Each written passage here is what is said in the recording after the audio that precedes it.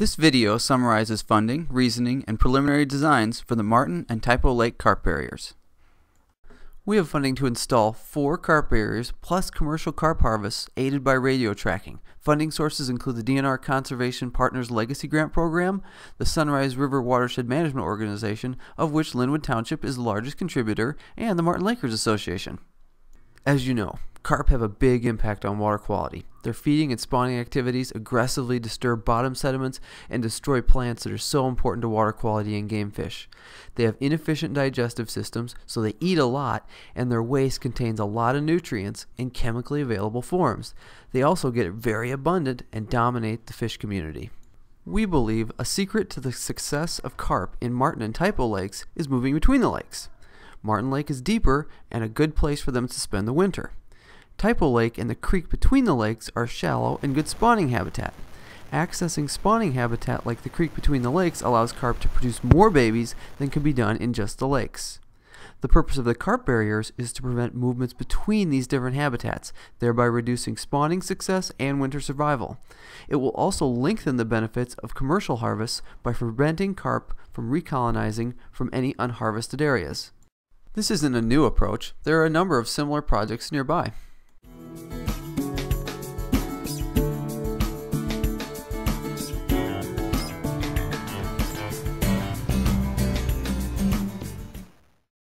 Let's take a look at concept designs for each carp barrier site.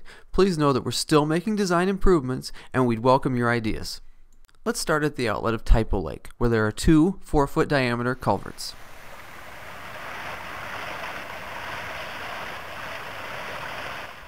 The design for this location includes 5 removable aluminum screens with horizontal bars spaced approximately 1.5 inches.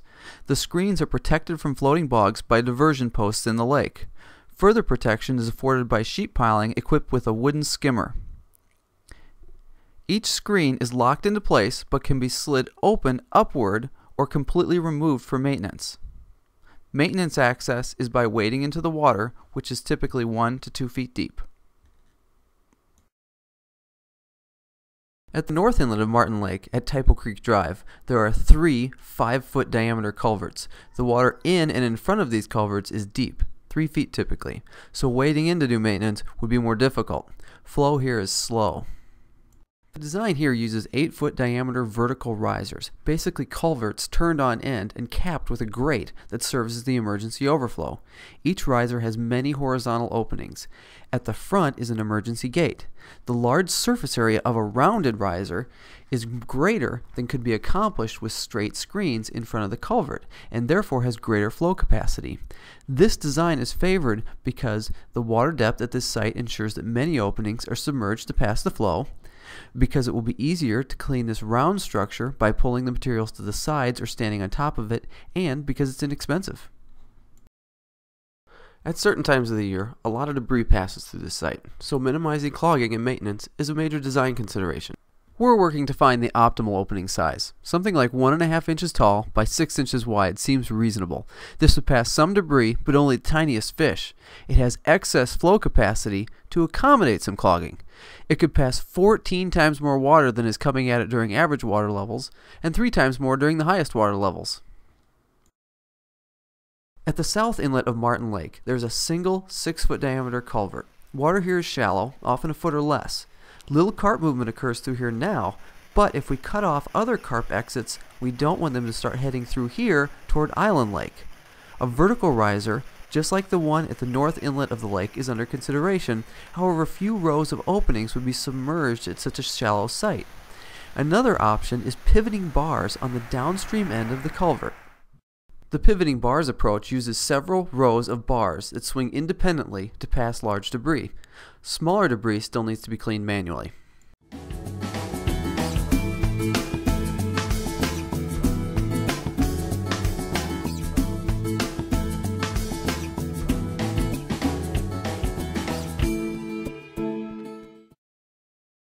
The last site is the outlet of Martin Lake, where there's a weir with a short drop to the Sunrise River.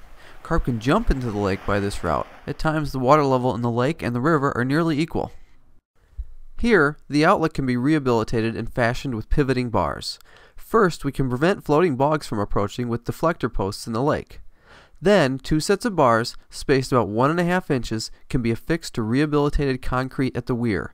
The top set of bars hang nearly vertically and pivot in the downstream direction to pass objects. These rest on a lower set of bars, which are affixed to the weir near water level and are nearly horizontal, though angled slightly downward.